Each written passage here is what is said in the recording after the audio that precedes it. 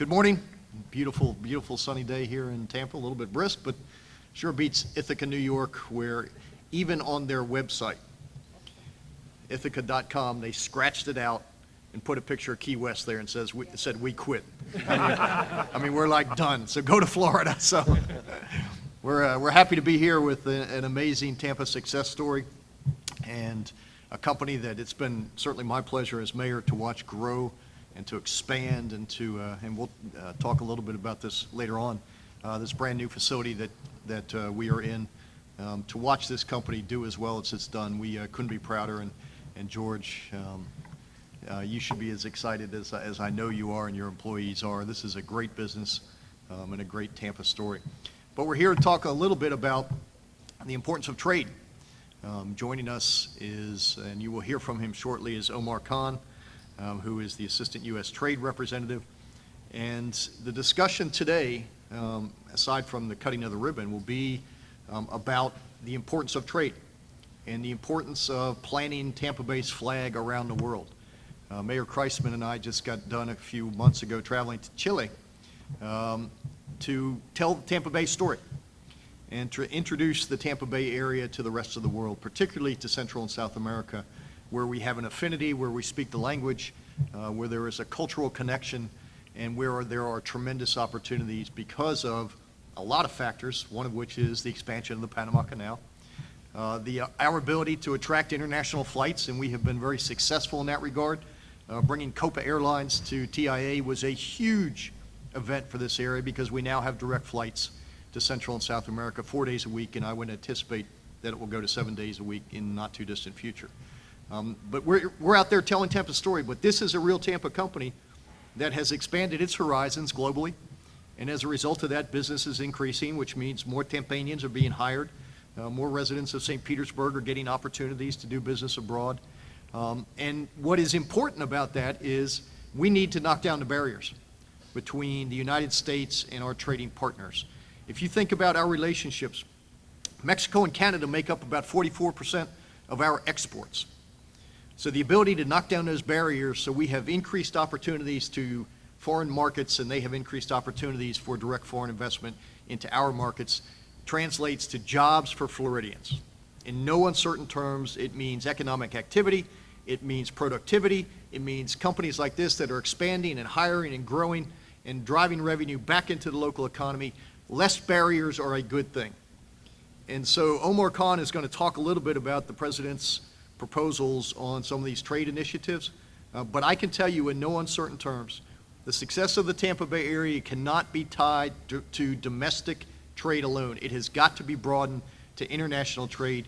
We've got to spread that word all over the globe and introduce the Tampa Bay area to markets that heretofore haven't even known that we existed. And so for us, this is an example of why that works, why barriers being knocked down are important, and opening up foreign markets is critical to the success of Tampa Company. So, all of that being said, let me introduce George Adams, who is the owner of Electric Supply Incorporated, for a couple remarks. This is a Tampa success story, and this guy embodies it every day as he comes to work and empowers his employees, treats his customers right, and provides opportunities for Tampa families. George, come on up. Thank you, Mr. Mayor. On behalf of our entire team, it's my pleasure to welcome our honorable guest, both mayors. That's awesome. Omar, thank you for being here. We're excited to hear what you have to say. Going back to 1970, when my dad opened Electric Supply, he taught us early on that to survive, we were going to have to display an incredible work ethic, an incredible level of flexibility to leverage opportunities. Of course, attention to detail to get service right, and a high level of integrity is fortunately most companies operate with. But when Ralph called us in 1998, we had no plan to expand our sales to export. But after probably 5 minutes on the phone with you, particularly when he told me he'd already booked me a flight to St. Thomas, I knew we were going to hire him, and my dad was immediately on board. And it's about taking advantage of opportunities as they present themselves. In soccer, they say winners take half chances. And I think this was like a 99% deal with Ralph. It wasn't a 50%. But it's been awesome to watch Ralph grow our business, and fun trying to provide the support to help him do well. And Ralph, please share your ideas on establishing an export niche. Ralph? Thank you. Welcome, honorable guests. Appreciate you all being here. If you were here 2 hours ago, you would have seen all these bays lined up with trucks heading out for deliveries. Electric Supply has been known for the last 45 years as delivering materials in yellow trucks. It's always been a domestic type business. And you'd never know that there was any exporting done in this facility. But I think Electric Supply has showed that you can do both domestic and international business out of the same facility. You know, when you pick an order, whether it's for Tampa Electric or for Bermuda Electric, it's basically all the same. At that point is where everything differs. It's no longer in our yellow trucks. We loaded them in containers. That's a container right there is heading for Bermuda. But we aren't a manufacturer. We're a distributor or a reseller. So we really have no cost advantage. So what we have to do is sort of create that cost advantage or develop that niche where we are competitive on the international market. A couple of things that we have done, working with Harry Irwin, our CFO, we've come up with a consignment program where we actually give utilities in the islands inventory where they actually own it. They actually don't own it. They use it when they need it. They report it. And whenever they report it and use it, then we go ahead and bill it for them. It works very well. They have the comfort of having material there when they need it. It doesn't tie up our inventory space. Another thing is we act as sort of an integrator. A lot of our customers in the islands, we're sole supporter for them, like Bermuda Electric. So anything that they would use, they come to us, and we'll source out just about anything that they would use. We use support of a lot of other local industrial suppliers here. We've also taken these suppliers on trips with us to get them firsthand involved with our customers. You know, I guess one thing, if you did take anything away, is that there's a lot of other businesses in this area, whether it be Tampa, St. Pete, in this whole area, that can do the same thing we do. You know, nothing we do is very unique. We've had the support of George and his family to help expand what we're doing. And I think if any other business in this area, if they were to find a niche, develop a business model, and define their processes, they can do exactly as we do and help Tampa area expand the exports here. I'd like to introduce now Mikedell.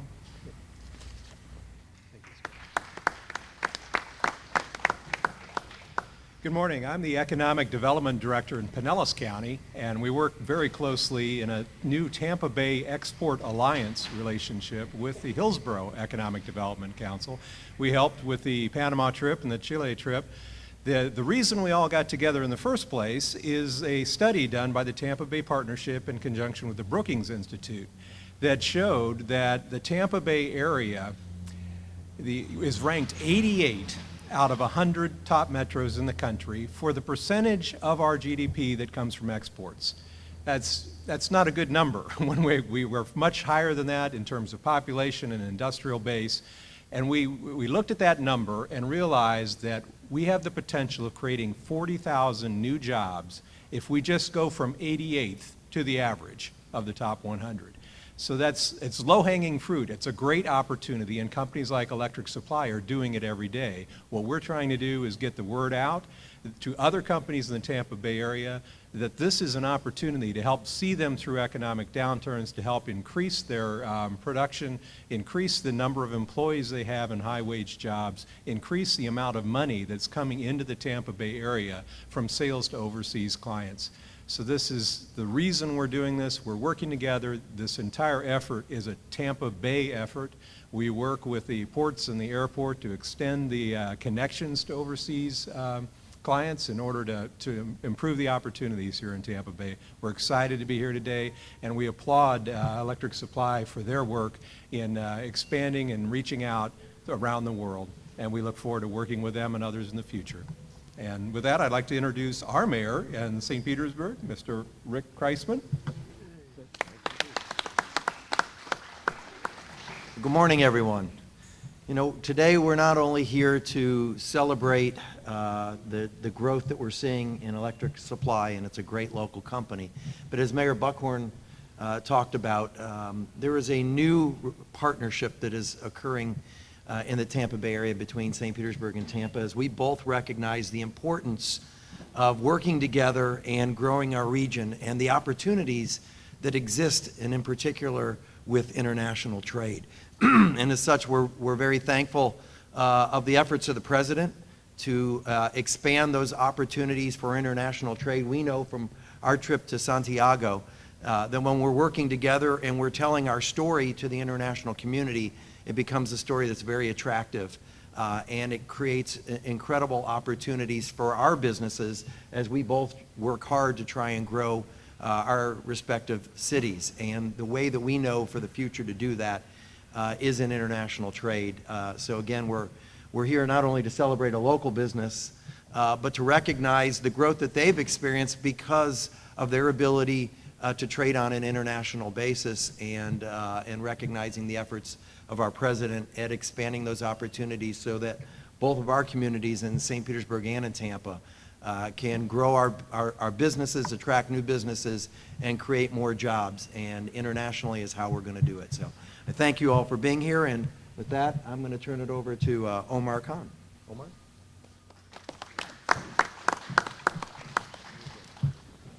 Thank you so much. So it really is great to be back home in Tampa, and specifically to be back home with Mayor Kriseman and Mayor Buckhorn. I've known them both for a while and consider them great friends, but also it's just incredible. These are two mayors who fight for their constituents every single day, and I consider true public servants. And to what Mayor Kriseman just said, you know, I'm from Tampa, but when you go to DC, you have a much more bird's eye view. And I think the partnership that these two mayors have created with each other and the way they strategically fight for their communities is a benchmark for how other cities can cooperate across the country. Also, George and Ralph, it was a pleasure to meet you today, and I think Mayor Buckhorn is exactly right. I mean, I think this is a Tampa small business success story, but really an American small business success story.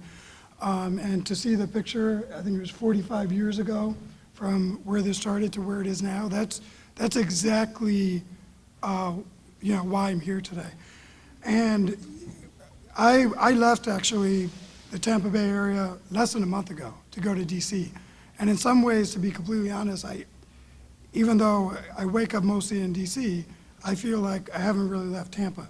And that's because Tampa's future, just like St. Petersburg's future and cities all across the United States' future, depends on trade.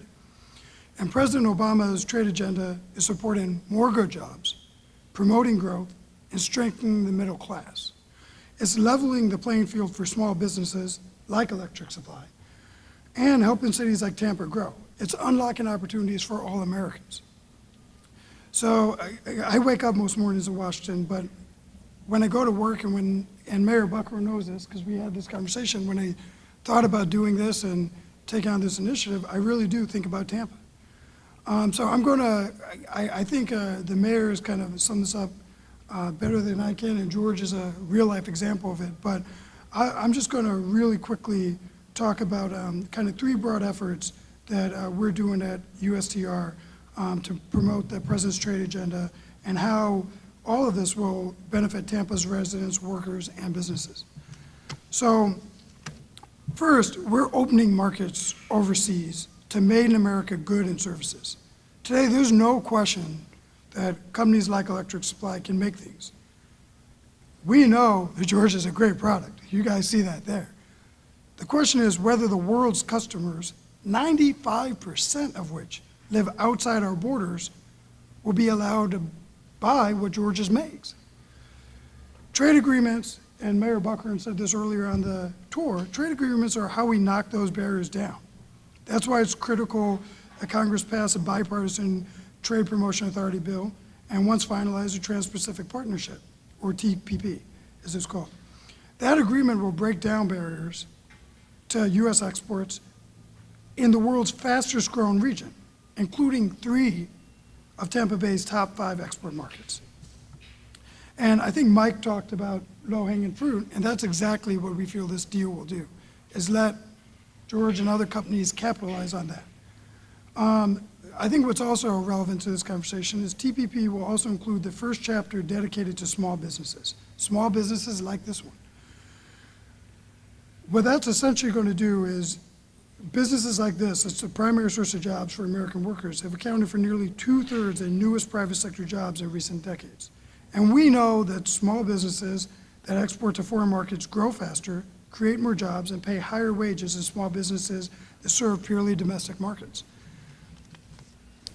Second, and I think this is one of the most important pieces that we need to communicate, and the USTR needs to communicate, is we're leveling the playing field for American workers and businesses by raising labor, environmental, and intellectual property rights standards around the world. Now, we're doing this not only because it's the right thing to do, but because, honestly, it protects American competitiveness. We know that America's workers and businesses are among the most productive and innovative in the world. And we know when the playing field is level, that we can compete and win. So third, we're holding our trading partners to account by enforcing American trade rights. This administration hasn't hesitated to take action when our trading partners haven't played by the rules. And even as we negotiate new agreements like this one, we're still aggressively enforcing the old agreements, which is obviously crucial to that success. So at the end of the day, the 3 things I just outlined help Tampa's workers and businesses of all sizes. Opening markets help boost our exports. Leveling the playing field protects agreements, and protects our competitiveness, and enforcing our agreements keep our trading partners playing by the same rules. Together, these efforts give Americans the fair shot they deserve in today's global economy. So I can honestly say the administration is so grateful for the partnership with the Tampa Bay community, and we're looking forward to work with all of you to grow this economy and bring more jobs to the region through trade agreements. Thank you all very much.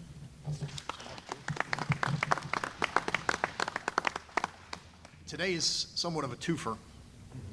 We get to welcome home a favorite son back from Washington, D.C. We get to talk about the importance of trade. But most importantly, certainly for the employees that are here today, we get to cut a ribbon on the completion of a new facility. I was here 18 months ago, George, when we broke ground on this facility. And it's been, and he told us that the permitting system was great. That's a good thing. That warms my heart on this chilly day. So we're going to get to cut the ribbon and open this facility up and let you all get back to doing business and trading and growing and hiring and telling this company's stories. Yeah.